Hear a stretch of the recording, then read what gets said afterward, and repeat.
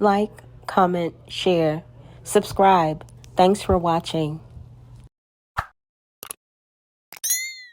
Some viewers may find the following video disturbing. Viewer discretion is advised. Good morning, good afternoon, or good night, based on whenever you're tuning in, and welcome back to On the Docket, where true crime meets the courtroom.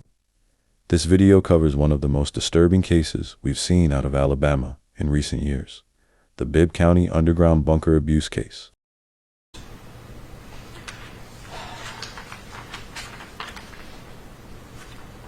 The first suspect is William Chase McElroy. The victim's ranged in age from 3 to 10 years old. His charges are 4 counts of rape first, 6 counts of sodomy first, 6 counts of human trafficking, 4 counts of kidnapping first. And we have mugshots available for you that we'll provide you after the conference. The second arrest is of Dalton Terrell. His charges are rape first, 5 counts, sodomy first, 7 counts, human trafficking, 6 counts, kidnapping first, 4 counts. The third arrest is Andres Velasquez Trejo. His charges are 6 counts of human trafficking. Those victims ranging in age from 3 to 15 years old. Next is Timothy Dale St. John Jr. His charges are 2 counts of rape first, 4 counts of sodomy first, 4 counts of human trafficking, 3 counts of kidnapping first, 1 count of bestiality, 1 count of aggravated cruelty to animals. In addition to the animals, the victims ranged in age from 3 to 10 years old. Next is Rebecca Brewer. Her charges are 8 counts of human trafficking, 8 counts of kidnapping first, 3 counts of sexual torture.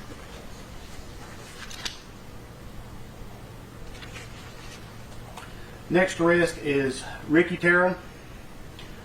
His charge right now is 1 count of rape first. We anticipate more charges on these other ones as they have just been arrested last night and have not been to grand jury yet.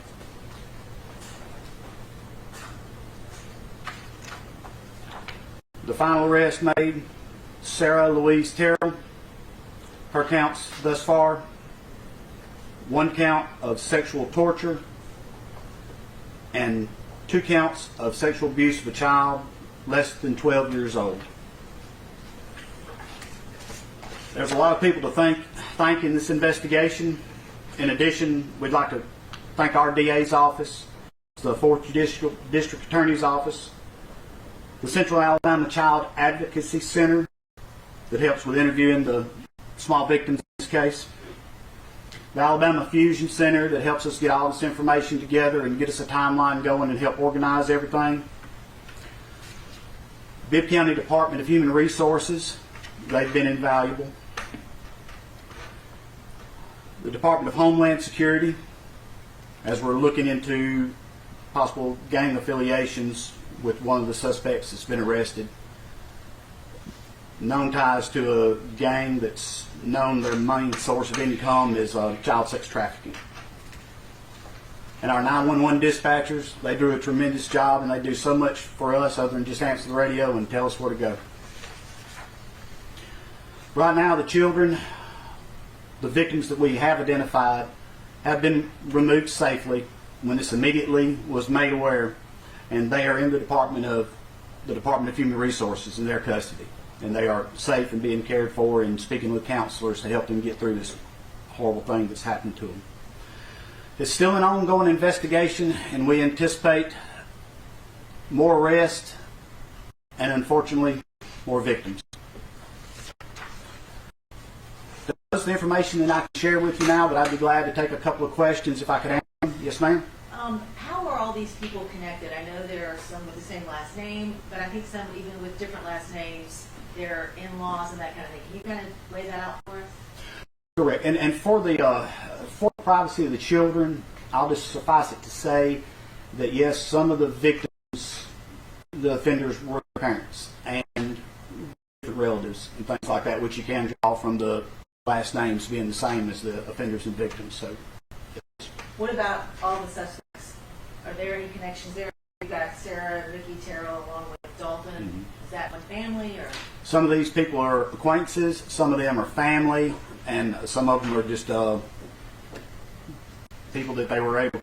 What we know so far. Let's start with the timeline. February 4th, 2025. Law enforcement receives an anonymous tip about suspicious activity on a rural property in Bibb County. Officers discover what they initially believed was a storm shelter, but what it really was a dungeon. Inside, they find 10 children, ranging from just 3 to 15 years old, some reportedly bound to furniture, showing signs of sexual trauma and drugging. Authorities quickly realized they were dealing with something far bigger than isolated abuse. Evidence pointed to organized trafficking and, disturbingly, the use of shock collars, restraints, and even evidence of bestiality and animal torture. 7 people have been arrested so far in connection with this nightmare. Let's go through each one and what they're charged with. 1. William Chase McElroy. Age, mid-30s. Charges: 4 counts of first-degree rape, 6 counts human trafficking, 6 counts sodomy, 4 counts kidnapping. 2. Dalton Terrell. Age 21. Charges: 6 counts of rape, 12 counts sodomy, 5 counts trafficking. 3. Andres Trejo Velázquez. Charges: 6 counts human trafficking. 4. Timothy St. John. Charges: 2 counts first-degree rape, 4 counts sodomy, 4 counts human trafficking, 3 counts kidnapping, 1 count bestiality, 1 count aggravated animal cruelty. 5. Rebecca Brewer. Charges: 8 counts human trafficking, 8 counts kidnapping, 3 counts sexual torture. 6. Ricky Terrell. Charges include at least 1 count rape, more expected. 7. Sarah Louise Terrell. Charges: sexual torture, sexual abuse of a child under 12. These charges carry some of the harshest sentences under Alabama law. Just 1 count of rape of a child under 6 can lead to life in prison without parole, and we're seeing multiple counts per suspect. The district attorney has stated this is only the beginning. They expect more victims to come forward and more arrests to follow. What do you think should happen if these suspects are convicted? Should Alabama pursue life without parole? Let me know in the live chat or comments below. There has been an update out of Bibb County, Alabama, on July 25, 2025. 3 of the suspects have been formally arraigned in.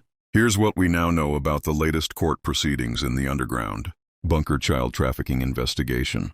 First up, Rebecca Cecile Brewer. She stood before a Bibb County judge on July 25th. Brewer is now facing 8 counts of human trafficking, 8 counts of first-degree kidnapping, 3 counts of sexual torture. In court, she waived her bond hearing under Alabama's Anaya's law, meaning she remains behind bars. Brewer reportedly told the judge, "I didn't do this. I love my babies." Next, Ricky Cecil Terrell. Terrell is approximately 44 years old and was arraigned the same day. He's currently charged with 1 count of first-degree rape. Authorities say additional charges are likely. He too waived his right to a bond hearing and remains in custody. Then we have Sarah Louise Terrell. She's about 41 years old and appeared in court alongside the other 2. Her charges include 1 count of sexual torture, 2 counts of sexual abuse of a child under 12. Sarah Terrell also waived her bond hearing, staying jailed with no release date in sight. All 7 suspects are accused of horrifying crimes inside an underground bunker near Aaron Drive in Brent, Alabama. Authorities believe the children, some as young as 3 years old, were drugged, tortured, trafficked, and sold to abusers for up to $1,000 per night. Some suspects are even facing bestiality and animal cruelty charges. Sheriff Jody Wade called it the worst case of his 33-year law enforcement career, and more arrests are expected. The arraignments for McElroy and Trejo Velázquez are set for August 15th and Dalton Terrell on September 2nd. St. John has not had an arraignment date publicly listed yet. Prosecutors are currently building a federal case in parallel, as Department of Homeland Security and federal investigators have now joined. I'll be tracking those hearings and posting summaries as soon as updates drop. This case has rattled the community in Brent, Alabama. Many are asking how this could have gone undetected for so long. Some of the victims may have been trafficked for years. There are also growing questions about how local and federal agencies missed the red flags, and whether this group was part of a larger trafficking ring. If you found this breakdown informative and you want to stay up to date on this case and others like it, don't forget to like, subscribe, and hit the bell so you never miss a hearing, update, or verdict. I'm your host, and this is On the Docket, remember? Big Brother is watching. So are we. Thank you all for watching. I'll catch you on the next one. Replay gang, let's congregate in the comments. I want to hear from you. What are your thoughts? If you have any questions, please feel free to drop them in the comments. Later, guys.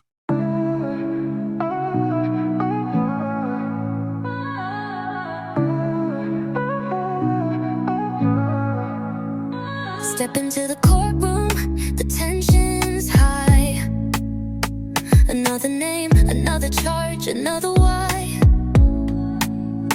Truth don't lie, but people do. And we're here to break it down for you. From back alleys to the witness stand, we follow the facts, not just the plan. No sugarcoat, no holding back. If it's on the record, we're on the track. On the docket, lights on the case. Every motive, every move, every face. We don't just talk, we show and prove. Crime and justice in every groove. On the docket, truth in view. From the courtroom floor to the interview. The verdict's close, so stay right here. We break it all down, crystal clear.